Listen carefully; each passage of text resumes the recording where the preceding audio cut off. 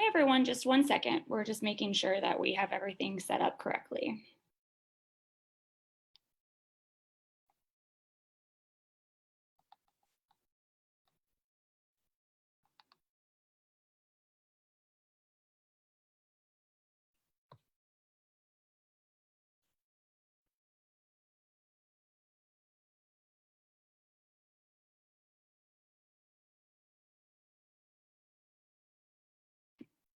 Okay, great. Thank you for your patience. This is our first live stream here at the Houston Center for Contemporary Craft, so it's taking us a second to make sure everything's working. Welcome. Thank you for coming this afternoon. My name is Natalie Swachina. I'm the Education and Residency Director here at the Houston Center for Contemporary Craft. This is one of our series of our resident artist talks. Typically, we like to be here at the Craft Center so you can talk with the residents and then visit their studios after. But this will be a really unique opportunity to get to know them. They're actually both in their studios right now, and we will have some time for questions at the end. So today we have two artists, Lauren Eckert and Brian Vu. Lauren will go first. We'll leave a little bit of time for questions after Lauren's presentation, and then Brian will go. There is a slight delay in the video feed and the live feed. So if you have any questions, please feel free to submit them in our Facebook chat, and we'll try to get to them at the end. And any questions we happen to miss, we'll make sure we answer later in the comments.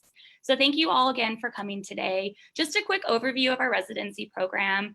We have between 8 and 10 residents and artists in residence at the Craft Center a year. They're here between 3 months, 6 months, 9 months, and a year in all different craft mediums, including clay, metal, fiber, sometimes woodworking, and glass. The residents have their studios open to the public 2 days a week and have 24/7 access to our facilities. They really are the heart of the Craft Center, so we're very excited that you can join us today to learn more about their processes. So I'm going to introduce Lauren, and I'm going to hand this over to Lauren, and she'll start. She'll share her screen with you. And like I said, if you have any questions, please leave them in our comments. 1 second. Great. So I'm going to give Lauren's introduction quickly. Let me make sure she's unmuted so she can talk to you guys. Okay. So Lauren Eckert is a multimedia object maker and illustrator from New Jersey.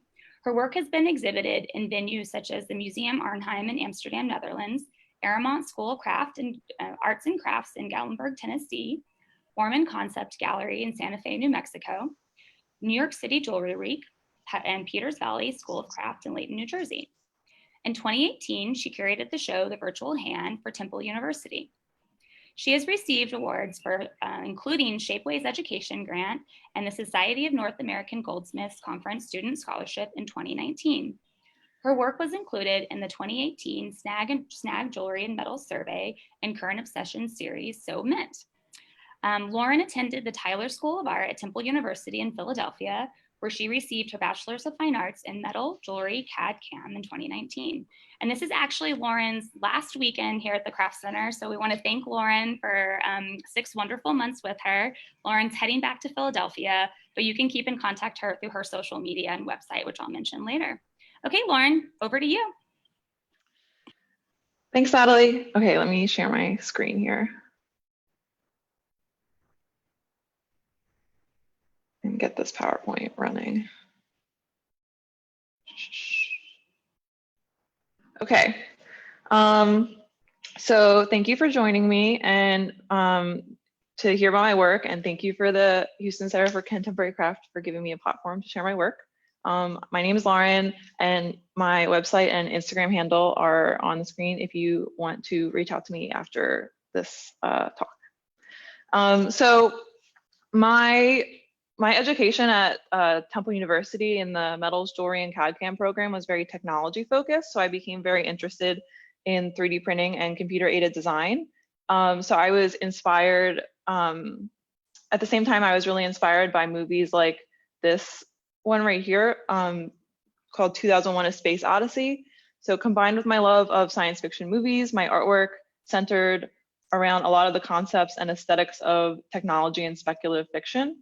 I love sci-fi for its ability to talk about current and future societal issues and also how imaginative it is. So another movie that also heavily inspired me was Blade Runner. And both Blade Runner and 2001 talk about things like artificial intelligence, space travel, how industry augments the human body, which is specifically interesting to me as a trained jeweler. So I also love the maximalist color palette of science fiction. Industrial aesthetics can be pretty gray sometimes. So using a lot of color in my work is a reference to the imagination and wonder in these worlds. Some other science fiction films that inspire me include the original Ghost in the Shell, Akira, Alien, Event Horizon, and The Fifth Element, but the list goes on. So this was my first series of unsupervised work. And I created this series and it's titled A Virtual Body. And I used the funds awarded to me through my Shapeways grant and my merit stipend from Temple University. The forms are inspired by medical imaging equipment, early smartphone designs, and video game controllers. The pieces have both a tangible component and a hologram that uses augmented reality technology and QR codes. So the QR code is the very contrasting patterned image on the focal point of the piece. Augmented reality is the technology that's used in like Instagram face filters and Snapchat face filters and popular video games like Pokemon Go. So you can see the hologram, but you can also still see the surrounding environment. And the tangible components are entirely 3D printed. So I modeled all of the physical works in a computer-aided design program and then outsourced the 3D printing. And you can see how the high contrast production design of 2001 is present in my own designs. And then here's another picture from that series.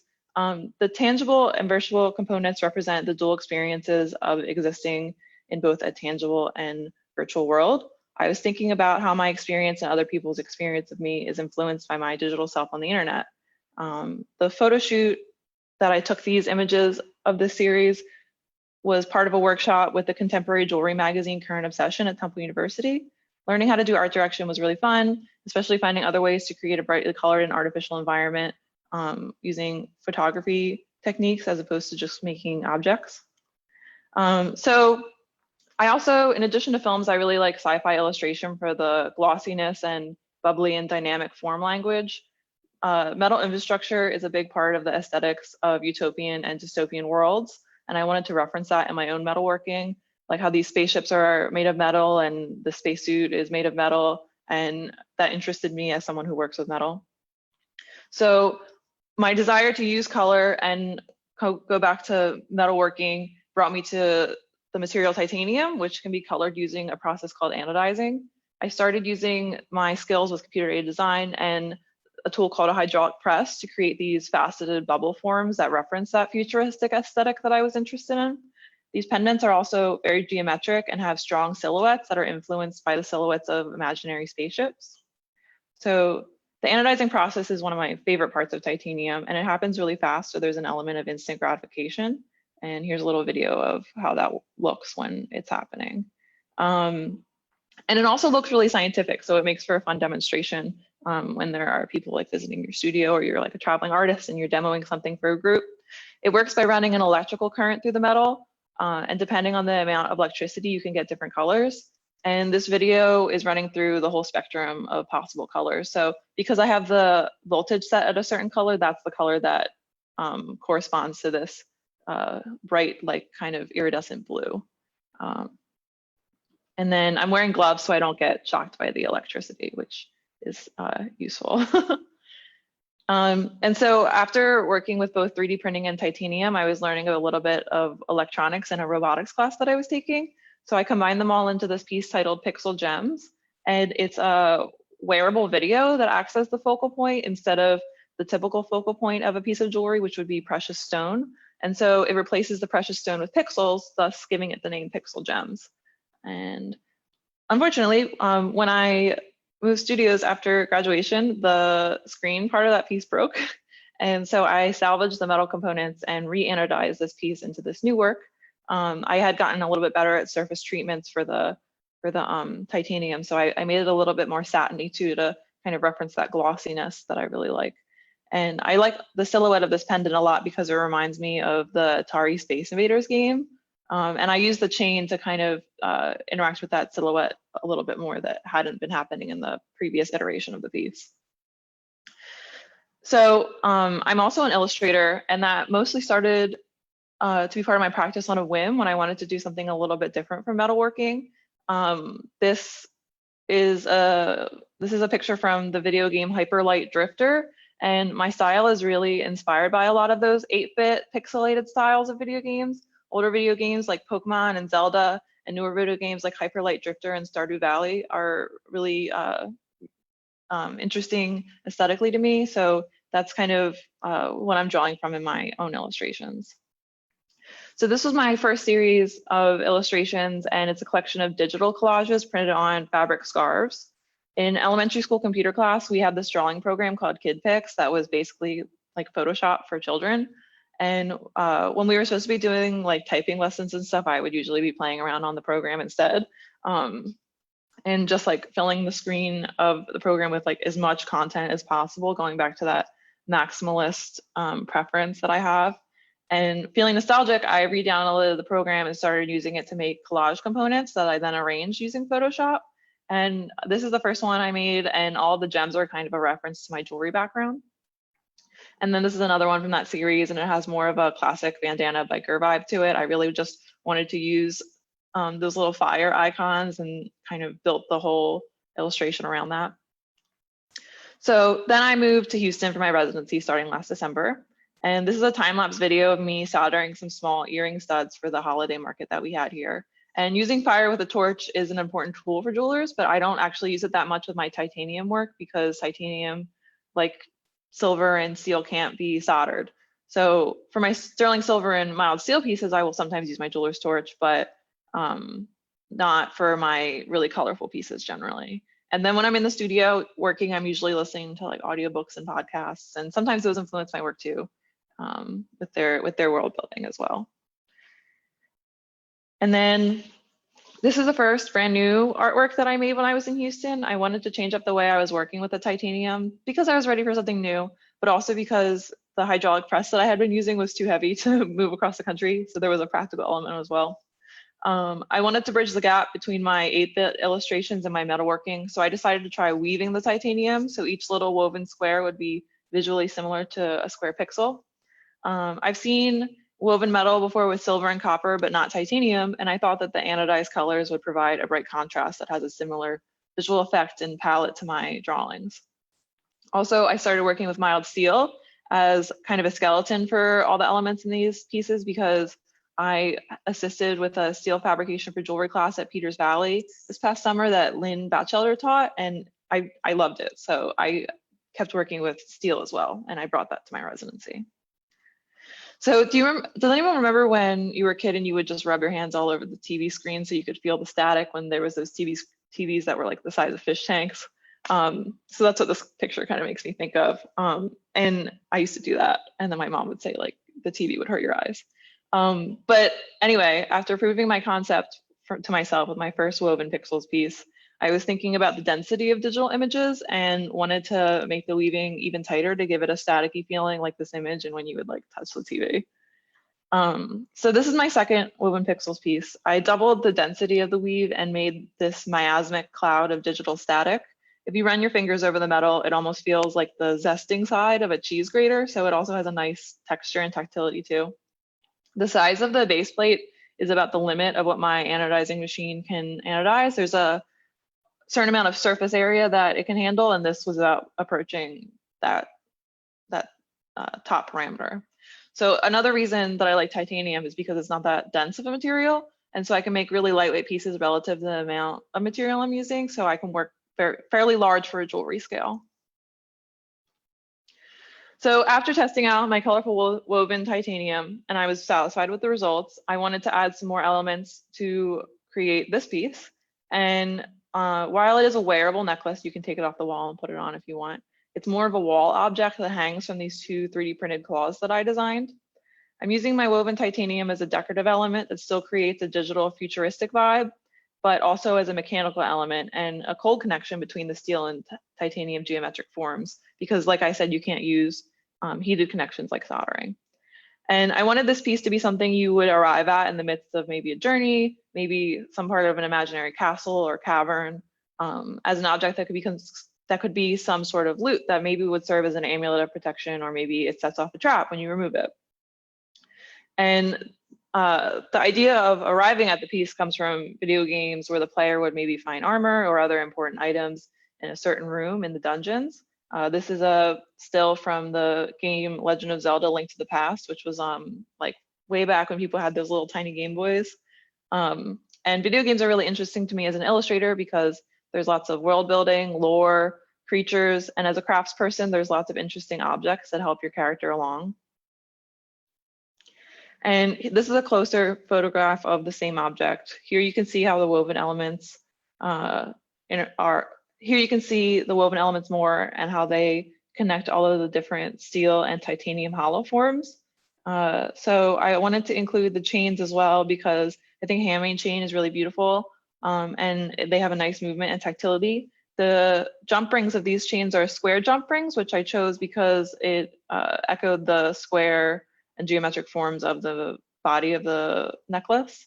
And you can see I'm using more steel in this piece too, which is the black metal. This is like an overall more darker, heavy feeling, but I'm still including those bright maximalist colors of the titanium as a focal point. And then after I made that piece, I created this piece, the second piece titled Synthetic Relic 2 for the Craft Center's annual auction. And it's an element of the last artwork that stands alone on a smaller, more wearable scale. One difference is that I've used tape to mask off part of the surface of the titanium so that when I anodize it, the masked portion becomes a different color, creating that little heart. When you put the tape on the surface, the electricity can't touch the surface, so it doesn't change color at the same rate. And so this also is starting to connect my illustrations with my metalwork again, because it includes elements of drawing, and I'm going to continue to use this more frequently in the future. And then, so this artist is Jess Johnson, who is an illustrator, and I love the world building in media like films and video games. And a lot of illustrators use world building too, like Jess Johnson. Her work is really inspiring to me because she has all these strange creatures and humanoid forms situated in crazy, almost virtual environments. It's gleeful and disturbing at the same time, which is good to me. And then I love how much is happening in her prints. Like there's always more to look at each time you return to the piece, which is again part of my love of maximalism. I'm super into the volume of things that can come from an artist's imagination. So I'm looking at all these creatures in Jess Johnson's work, and I'm remembering how much I like Hieronymus Bosch and medieval artwork depicting religious imagery and demons and other mythology, just full of like all this symbolism and like mortal terror and chaos. And at this point in my residency, COVID has really taken over and Houston has a stay-at-home order in place, so I don't have access to any of my metalworking tools. And so I decided to use that as an opportunity to focus more on my illustration. And I wanted to make this big grand triptych a la Bosch because he does a lot of really famous triptychs. And I like the idea of 3 panels that all tell a story. So I created a bunch of elements to later collage together like I did in my workflow with my scarves. And I included a bunch of these amorphous creatures with human-like features, but none of them are like specifically human. I created this large gateway as the portal into my new world. And I'm using KidPix to draw some of the elements, but not all of them. I'm branching out into other programs now as well. And so I created this large gateway. It's kind of like a portal. And then I'm also doing a lot of research into mythology and folklore too. For example, the bottom middle object is based on a dowsing rod, which is a divination tool used to find underground water. In folklore, spirits and magic aren't able to cross over sources of water like rivers and streams. So including a dowsing rod inspired tool in my triptych is a reference to searching for that type of water. And I've included in my little like portal icon, like this red river in the background as well. So that's another reference to that folklore. And so I collage all my elements together into this finished piece. It's quite large at 36 inches tall. The middle panel is 18 inches wide and the left and right are about 12 inches wide. I wanted the top to have more of a heavenly feeling and color palette and the bottom to have a chthonic underworld atmosphere. All of the little icons are chosen intentionally to create different environments throughout the piece. The middle panel is more centered on searching, remembering, and finding a gateway to this fictional world I've created with keys and lots of birds. Ravens specifically and birds are often a symbol of psychopomps, which is a type of spirit that guides souls to the afterlife. And then the two other panels are divided by their contents. The title of this piece is The Plane of Mystic and Material Memories. So the left being more natural imagery like plants, animals, fire, that's the mystic plane. And then the right being more material imagery like gems, potion, and scales, that's the material plane. So overall, I wanted to create this story like Hieronymus Bosch and Jess Johnson were doing in their own artworks. And then last but not least, here's a picture of my mom and I at my first ever jewelry sale, and a picture of my dog Truman. And I update a lot of my in progress works and stuff on my Instagram. So if you ever want to see what I'm doing in the future, you can look at that. Okay. Awesome. Okay. 1 second. Well, Lauren, we can still take some more questions from the comments later, but I know I have a question for you in the meantime. You know, how has being at the Craft Center, which is both, you know, a community focused on craft and contemporary makers, and then having the public come into your studio, has that affected your practice at all? Like, what's that experience been like for you? Well, I loved being at the Craft Center. I really liked being able to see all the shows that you guys have here.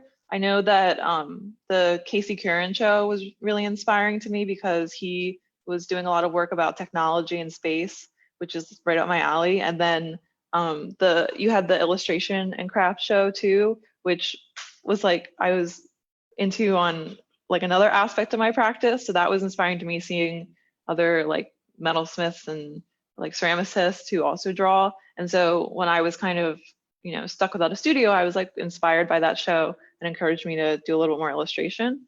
And then in terms of interacting with the public, I just really liked seeing other people's reactions to my work, and I would like tell about my inspiration, and when people would share their enthusiasm for some of the media that I am inspired by, that was really energizing for me in my practice.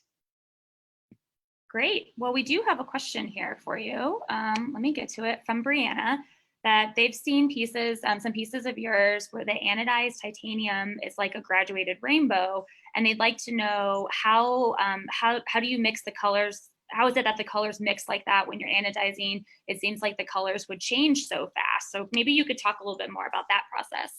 Yeah. So the video that I showed of the anodizing the metal is completely submerged, and the electrical current is going through the water.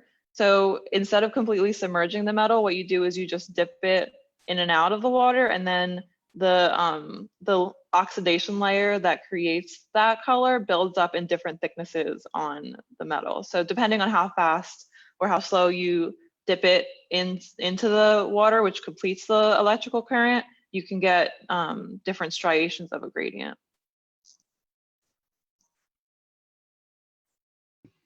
Great. Well, I have a question for you again.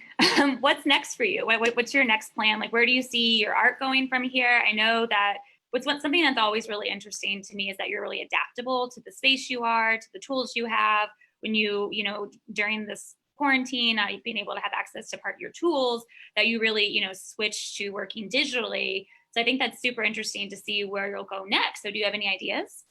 Yeah, I have a lot of things I want to do. I was working on a lot of ideas while I didn't have access to my studio, so I think I'm going to focus on some of those. I also have been really interested in intaglio carving because there is a strong storytelling element with those, and it uses a lot of mythological characters, especially from like Greek and Roman mythology. I got a tapestry loom recently, so I'm excited to start using some of my illustrations in a like fibers work. And then I'm also going to be doing a residency in the fall at the Hunterdon Art Museum as part of a show for Peters Valley called From the Ground Up. Awesome. Well, thank you, Lauren. Thank you for sharing your work with us this afternoon. And thank you for being a part of our communities these last 6 months. We wish you the best moving back to Philadelphia. Thanks, Natalie. Awesome. Okay, well, if there's any more questions for Lauren, we can come back around at the end and go back and answer any questions. So feel free to continue submitting them. But for now, I want to switch over to Brian Vu. And let me change our screen. So just give me a second. Let's see. Okay, Brian, you ready? Mhm. Okay. So Brian Vu is an interdisciplinary ceramic artist born in Dallas, Texas. Brian holds an MFA in ceramics from Cranbrook Academy of Arts and a BA in ceramics and contemporary dance from Bennington College. Brian has exhibited in group and solo shows nationally in the United States, at David Salkin Creative in Chicago, Illinois, G1 Exhibition Space in Pittsburgh, Pennsylvania, a Stand Gallery in Bennington College in Bennington, Vermont, Locust Projects in Miami, Florida, B-Swing in Minneapolis, Minnesota, Cranbrook Museum of Art in Detroit, Michigan, and here at the Houston Center for Contemporary Craft. Brian has been awarded fellowships and completed residencies from Lotus Projects, Oxbow School of Art and Artist Residency, Woodbury Foundation Residency for Bennington College alumni, and here at the Houston Center for Contemporary Craft. And Brian has been with us, well, he has a 9-month residency and he'll be with us until the end of August. So Brian, I'm gonna send it over to you. Cool. Thanks, Natalie. Hey, y'all. So I'm going to start by reading a couple texts, and I'll interject some text later on too. So I have a couple of books that I typically reference. First off would be Interaction of Color, Joseph Albers, a lot in color theory, and just kind of the phenomenology and physical aspects of looking at color in its relationship with one another. And Chromophobia, explaining a lot about, well, talking about a lot about color, and also the first chapter talking about the absence of color. And then I have a book by Roland Barthes, Camera Lucida, much more about photography, but also how we look in, how we look at an image, but also talk about the past and how we capture it, and how, in a sense, painting has moved on because of photography. And a sequel to Chromophobia is The Luminous and the Gray, talking about fluorescent colors and also its relationship with the color gray and muted tones. And finally, a book that I quite enjoy, which is adapted by Tom Ford for a film called The Single Man, by Christopher Isherwood. I'm going to start with a little bit of Isherwood.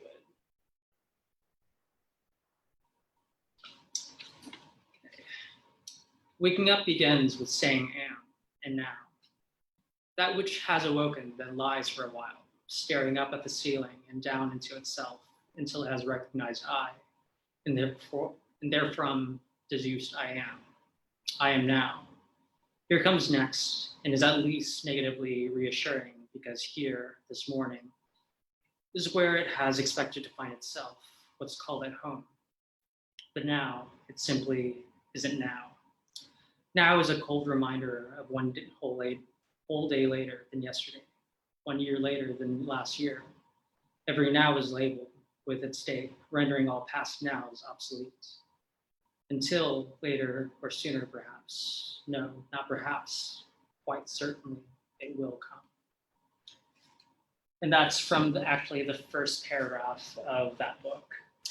And to put a little bit more context to that, I've been moving quite a bit for the past approximately 10 years. So I'm originally from North Texas, Dallas-Fort Worth area. And I moved from there to Vermont for my undergraduate, and then moved from there and back and forth to New York City doing internships. And after that, moving to Colorado, and then going to, let's see, where's the next place again? Oh yeah, to Michigan to do my graduate studies. But in between, there are like pockets of traveling to do smaller residencies, for example, Miami, Florida, or Saugatuck in West Michigan, and then and also traveling as well to mostly, I think, mostly back and forth towards Denver also, because I think there's a strong relationship with me being there, coming back constantly, and seeing how I see my work there as well. Just because, which you'll see much later on, that my work is about the memory of me being in a space and my my relationship to the domestic materials I carry along with it. And with that, I think it constantly blurs for me and how I reenact moments, or actually how I form my daily routines. So it's looking at that sort of routine and how my objects have changed, and also that with my other split practice, which is my dance performance work. And we're going to read a little bit on about color. And again, this is from The Luminous and the Gray by David Batchelor. Great. The relationship people have with color is, I suspect, a great deal more complex than most of the things that are said and written about it. Color is a given of our sensory experience since birth. It precedes our entry into language, and for the most part remains outside our linguistic selves. We can't choose to be or not to be in color. At the same time, we can barely know, measure, or describe color we are in. It is only in our representations and stories and pictures that we can step outside color, and perhaps that is one reason why there are so many stories and pictures where color is missing from the world. In one sense, color is here, now, and in front of me, part of objects, atmospheres, as real and commonplace, presence as anything. In another sense, color is nothing, certainly no thing at all. And a lot of my work is, again, a lot about incorporating color theory with objects that, in a sense, replace domestic items that have been abstracted through multiple processes. And relating that to memory of my domestic space, where I'm at the moment, and also that with color theory, I want to talk about photography a little bit. And again, this is from Ellen Bart's camera Lucida. All right. The photograph is violent, not because it shows violent things, but because on occasion it fills the sight by force, much like color. And because in it nothing can be refused, transformed. That we sometimes call it mild does not contradict its violence. Many say that sugar is mild, but to me, sugar is violent, and I call it so. Right. We're gonna look at a little bit of my work.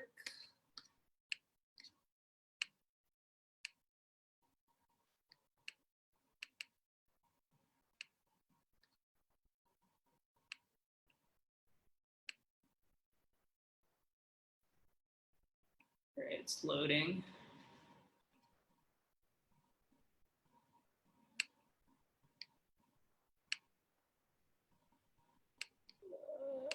There we go. All right. There is my website. If you want to look further more into my works, I'll be showing a selection of works, and also my Instagram handle as well. I occasionally post some images of my process and where I'm at the moment. All right. And just a little trivia. I am from North Texas again. I'm a Capricorn. If any of you out there are savvy about astrology, I'm also a rising Capricorn and also a moon Capricorn as well, so triple Capricorn. I'm also an INFJ, for Firebreak's personality. Fun fact, I really like pistachio ice cream. And again, I have my BA from Bennington College and my MFA from Cranbrook. And first we're gonna look at contemporary dance, my work in contemporary dance. So a lot of, I think how I approach my work is from dance, even though most times, it doesn't incorporate itself into my visual object making. And so I think how I go about dance and creating choreography and also set improvisations or set scores for movement is through color and my reaction, my visceral reaction to that. And I, for some reason, really like the color blue. And that's just, yeah, the color blue quite a bit. And yeah, this is a response piece to the color blue, and the background is a Sykes screen and a scrim that changes color through a light board, which I do a little bit of lighting work outside when I have the chance to make my own work, or a background is available for me to work with. And some work with the color yellow. I also really like the color yellow as well. And also that kind of brings up with lighting and music for the work. I think there's a lot of collaboration that comes along with a lot of my dance work outside of my visual art object making. And there's another shot of that same piece with the yellow that fades to black. And there's a spotlight on me at the time near the end of that video. Oh, by the way, if you want to look at and watch some of the dance performances, it's available through my website on the dance performance tab section of my website. And then I think this is something more recent where I am more invested in the idea of set scores and improvisation, just because I think looking back at my visual object making and how I talk about it and how I frame and contextualize it, it's usually looking at something very simple in a daily routine, such as, say, a coffee mug that you set on a table in the same or approximate same space on your table every day, and it leaves behind that watermark or water ring on the table. So it's that repeated action that we go through every day that has inspired a lot and frames my work through dance and also through movement making. And so this is a series, a trilogy of dance performances using trace making through, this one is with black glitter, and there's some other versions using clay and also black sand to sort of mark my space and time with movement and choreography. And so this is the first one, long tone side print. And for the second one was actually a show for a Locust Projects in Miami, Florida, in the Design District. And so this performance was performed in 3 sets of wet clay, leather hard, and dry clay. And so this is a snapshot of the third performance in the background. And so this is me performing in it. And so with this performance also, I had mirrors encircling the whole entire gallery space. And also the floor is painted in two colors, blue and yellow. And on the color wheel, we have them as complementary colors. So they move the eyes back and forth when it's put through mirrors, which creates stripes throughout the mirror space. And so it moves your eyes throughout the space with mirrors, but also with color, the phenomenology of color complements. And with that, having my movement move around the space through an improvised set with that of mark making with clay. And the third of the series is long tone tall print, incorporating both sections of the first performance and the second performance of using a long mirror on the wall, where it's much more of me looking at myself, performing those movements, and a mound of black sand to create movements and mark my performance through time in that space. And there's another snapshot of that. And there's a blue stripe that also kind of adds visual information and color information to my performance work, even though it might be more intrinsic or what's the word? Visceral. It gives me more visceral information for me to perform those works. And there's another snapshot of that performance. And so more recently, there was this collaboration between 2 artists, Hila Shapira from Haifa, Israel, and Lindsay Splickle from Detroit. So Lindsay designed the space, and those are her objects, or our objects in the space for me to interact with and perform with. And also Sheila designed the set costume for myself to perform within. And so a lot of it is me reacting and giving away control to other people's works while performing my own section to it. And yeah, giving a lot more control to other people, which is very different for me, which I am usually very much in control of how I see my work. And so we get to my object making. So in the background is a very old piece that is actually a cyanotype transferred to transparency, and they're about 5 feet in width and 11 feet long. And so they were exposed in different areas of the place I was living at, kind of a mnemonic marker of those spaces. And so that's kind of how it led me to where I am at the moment, talking about space, memory of space, and how I perform my actions within it, this being a starting point. And so this work in the series of works coming up also is kind of repurposing a lot of found elements of the house, glass from windows to shutters to doors themselves to handles, and also putting in place ceramic objects, a medium that I mostly work with,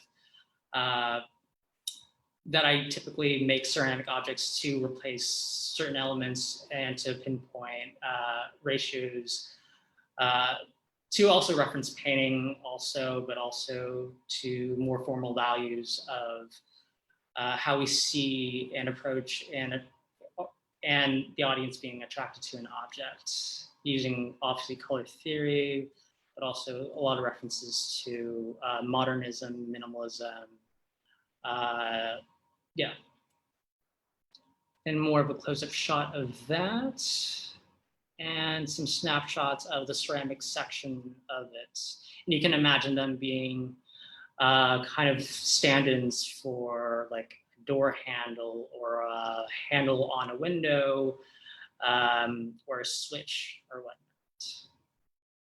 And so this one is also kind of a spin-off of a dining set on a table, and how we approach the dining table, and being very specific about where I put these objects. So instead of it being kind of like this reminder of an improvised action, it's more of a conscious action of where things are placed, because these objects are fairly balanced on each other. So they teeter-totter if you try to move the objects, so they are pretty balanced. And there is no set improvisation or the concept and ideas coming into it, but more of a set action that we perform with it or impose on it.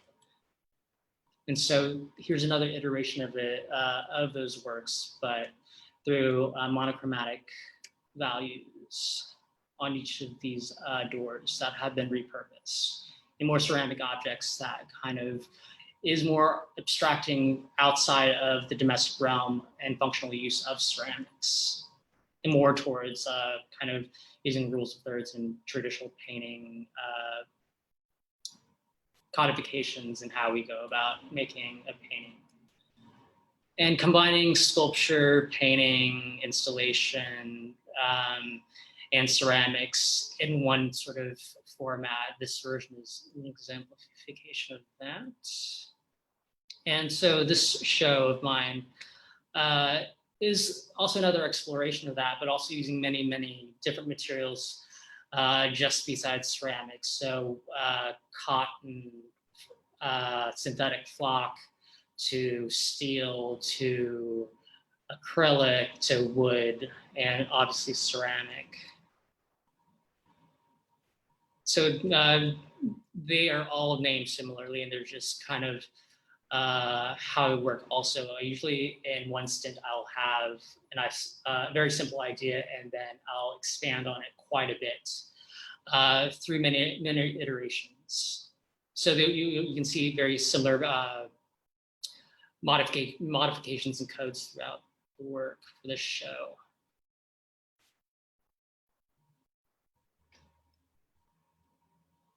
Some close-ups of that.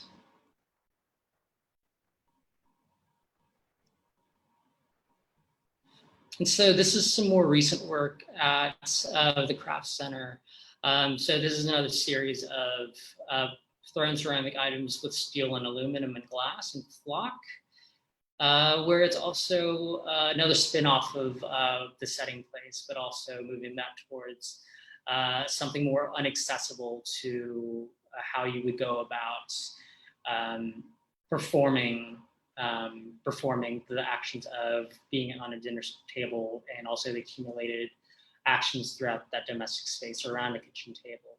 So it's moving towards more of the sculptural, much more, and also painting also, than it is ceramic. Talk about the history of ceramics and much more of using it as a medium. I think it's important to look at a material first as a material, but also obviously know about its history. But then again, we subvert it and move past it, and we go towards that a more contemporary context. And more close-ups and singular images for those objects. And again, there is my website and handle. And right now, wait, how do I get out of this? There we go. So at the time I'm in flux of making new work. So there's a lot of stretcher bars, and my computer is on my wheel at the moment. So you can see some stretcher bars in the back for some painting / ceramic stuff. And some of my older work on my table. And some stuff drying in the back, and some things that are ready to be trimmed. And over there's a lot of paint and whatnot. And here's something that is getting on its way to be finished. So I'm thinking a lot about moving again, too, the idea of moving, but in very synonymous context, also moving an object. So here is a small palette on a thrown object. Thinking about food at the same time and how we present it, and also thinking about other formal aspects of, and also synonyms of how we look about moving, and also, again, improvisation of our domestic means in space.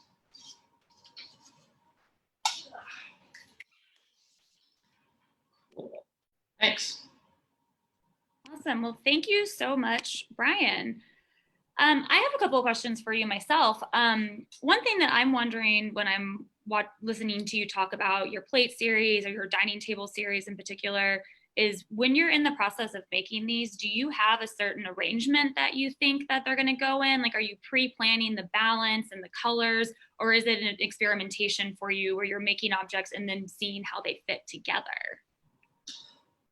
So I think it is a combination of those two. So they're pretty planned in the beginning, and there's a lot of time of me looking at color palettes and seeing what works with what, and seeing what pushes one color towards another, or it has any relational context to the materials itself. And it's a lot of, I think that having a plan, but also going through it and seeing its physical form also, is that sometimes it doesn't come out to be what you feel it might look like and feel like in real life. So it's a lot of the initial process of having a plan, but also having enough wiggle room and improvisation that comes after having a plan, and seeing what works best afterwards. So I also make a lot of parts for my works. So there is like an arrangement of what I want to see it as, but those dimensions are sometimes skewed in the later processes of its finalization. And so like I'll throw some very similar items, but they'll be in various sizes and thicknesses to see what's right, and also seeing what color palette matches. But then again, like there's many visits again, looking at other color palettes to see what works best in conjunction to how it complements the objects in the end. Great. And like I asked Lauren, how has having the residency at the Craft Center, a residency that's, you know, both open to the public and in a city so focused on craft, has that affected your practice at all? How has it been, you know, working with the public and having the public in your studio? It's great. So I think when people come to my studio, I'm usually working on my wheel, and it kind of entrances people a lot. And so I think I'm also reminded of like why I was entranced with ceramics to begin with a lot of the time, instead of being too head steady on maybe like, you know, the books, so to speak. And yeah, the more formal aspects or the theories behind the work, and being back in a place of play. So it's a way for me to talk about my work more accessibly, instead of talking about, like, again, like heavy theory and my fascination or obsession with like a perfection of a form or whatnot. So it's a lot of play for me that I'm reminded when an audience comes in from many different backgrounds. Yeah, and also like being able to teach the community with the kids is all great too. It's, again, a good, great reminder of why I like clay, that it is very playful and it's very tangible, and it's good to see that clay is something very instantaneously satisfactory when you make something functional for yourself or non-functional. Great. And what are your plans next? What are you doing next?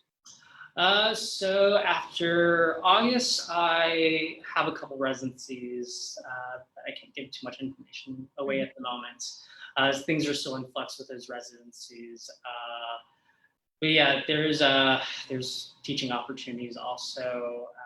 But yeah, more on performances in the future also, and also more work moving back into steel also, instead of just ceramics.